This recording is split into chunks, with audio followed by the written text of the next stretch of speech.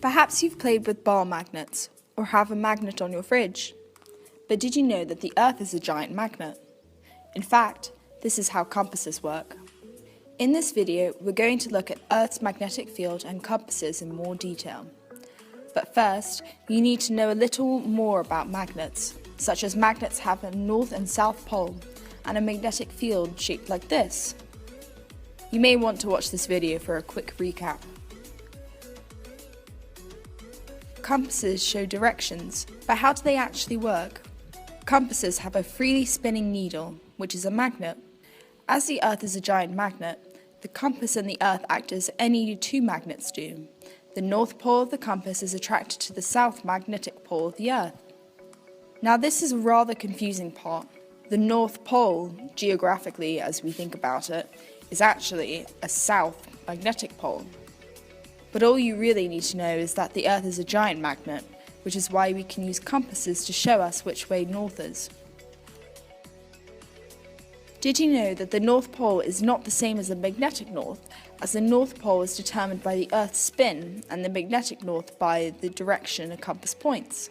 However, unlike any ordinary magnet, the magnetic Earth's poles can switch. So the North Pole becomes the south and the South Pole becomes the north. This pole reversal has actually happened many times before and is likely to happen again soon. In fact, in the last 20 million years, it has switched every 200,000 to 300,000 years, which is quite often considering how old the world actually is. The proof for this magical reversal is right at the bottom of the ocean, on either side of the mid-Atlantic rift. As rising lava here solidifies, it becomes permanently magnetized in the direction of the Earth's magnetic field. And, by taking sediment cores from the surrounding ocean floor, scientists are able to see bands from the switching poles.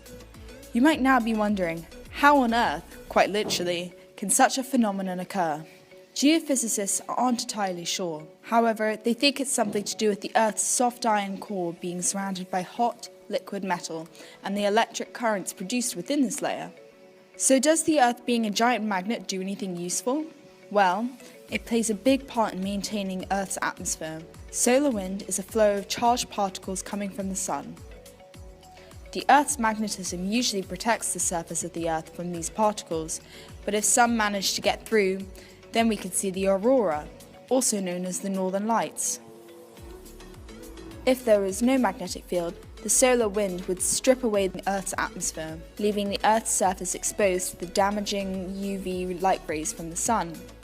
Interestingly, this gives rise to one theory about why Mars barely has an atmosphere. If its magnetic field was switched off somehow, then its atmosphere would have been broken down by the solar wind. So, there we have the huge magnet that is the Earth. The geographic North Pole is slightly away from the magnetic North Pole, which is technically the South Pole of a magnet. And then to add more confusion, the pole reversal happens every so often so that the magnetic North becomes the South for a few hundred